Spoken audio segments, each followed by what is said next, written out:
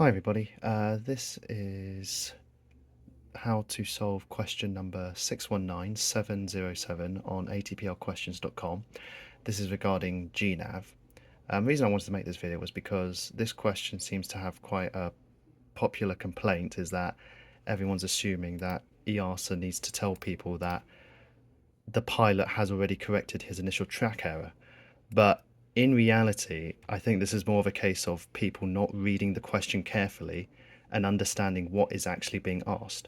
Because if you actually read it carefully, and if I were to explain this to you, hopefully you'll be able to understand that this isn't a case of you needing to assume that the pilot has already run parallel to the track after drifting off, but it's just more of a case of trying to think carefully, but also read the question carefully as well. So that's what I'm going to try and solve for you. So here we are, A to B. We'll put A here and we'll put B here.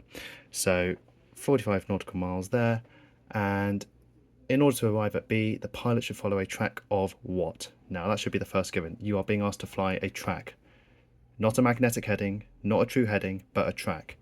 So let's take that into consideration.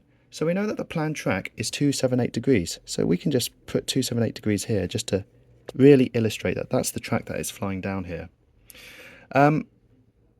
Now we need to figure out what this off drift is by how much. So let's just quickly do it here, and we can reverse that by doing x times 60 divided by 45 equals 4 degrees. And I'm just going to put my calculator here on the side. So 4 times 45 gives you 180. Divide that by 60 gives you 3. So x equals 3. Therefore, we have drifted 3 nautical miles to the right. Great stuff.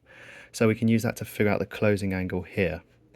Now, just to do another quick bit of math again. The total distance is 75 nautical miles. So 75 minus 45 is 30. So we'll know that we'll need 30 nautical miles to cover this remaining bit as well. So what's the closing angle for this part?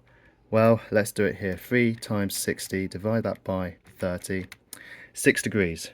So 6 degrees is there. Now, I think this is where the real kicker comes in, because I think people are getting a little bit confused. They think, oh, to figure out the closing angle, we need to take 6 degrees plus 4 degrees, and that is 10 degrees. So therefore, we take 278 minus 10.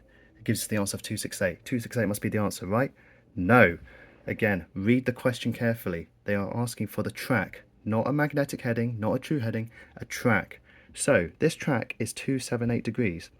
Now, what is the track up here, 4 degrees to the right? So 278 plus 4 is 282 degrees. And that's what it's tracking along. So it's tracking 282 degrees. And remember, the track is the distance you cover over the ground. So we know 282 degrees is there. Therefore, what's this closing angle going to be here? Well, let's try and just see if we can run parallel to that, shall we?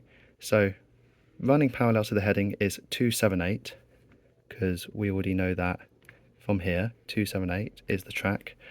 So the closing angle here will be 6 degrees minus that. So 278 minus 6 is 272 degrees. And the question was, in order to arrive at B, the pilot should follow a track of what? And that's your answer there. 272 degrees is your final answer.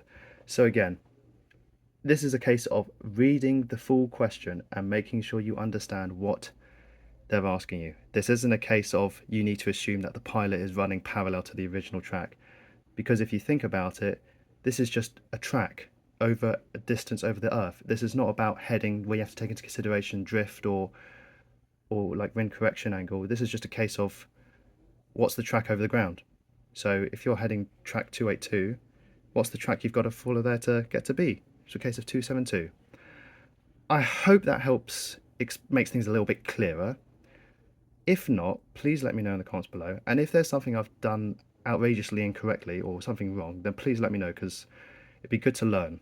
So once again, I hope you found this helpful. And if you've got any questions, then leave a comment down below.